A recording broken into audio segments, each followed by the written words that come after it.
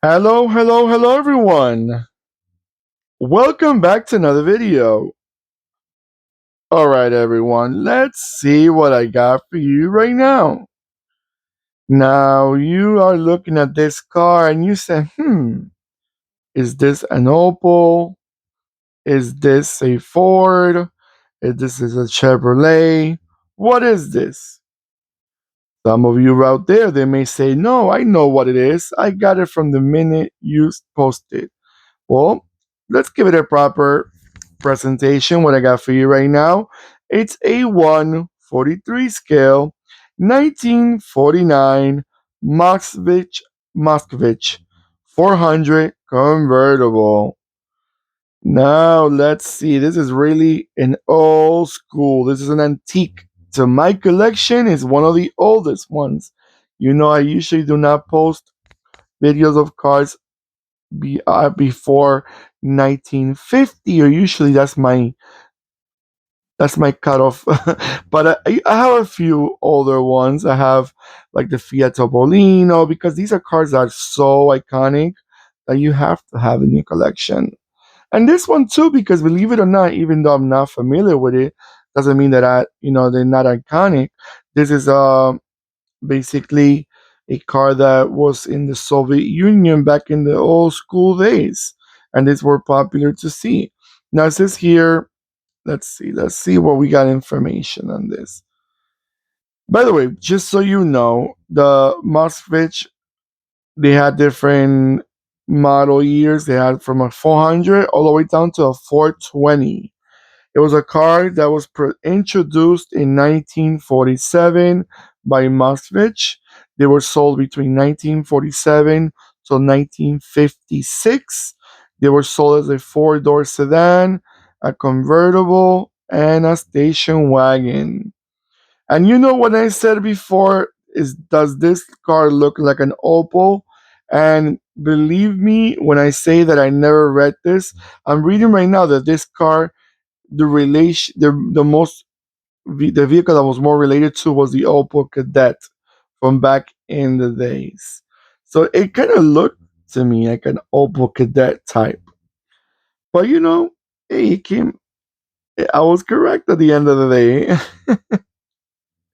Now this model right here, by 1952, already 100,000 Moskvich were built. They were sold in a few other countries around the world. Example, in 1950, they were being sold in Belgium.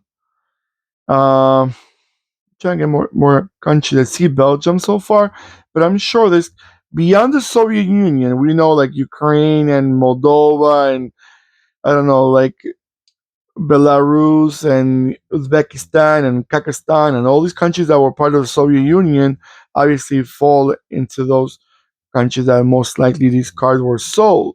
But Belgium, example, that's Western Europe. That's already, so when you get type cars like this, then you see that not in a big scale, but these models were also sold in other parts of the world too. Trying to get some information on the engine. Let's see what we have here.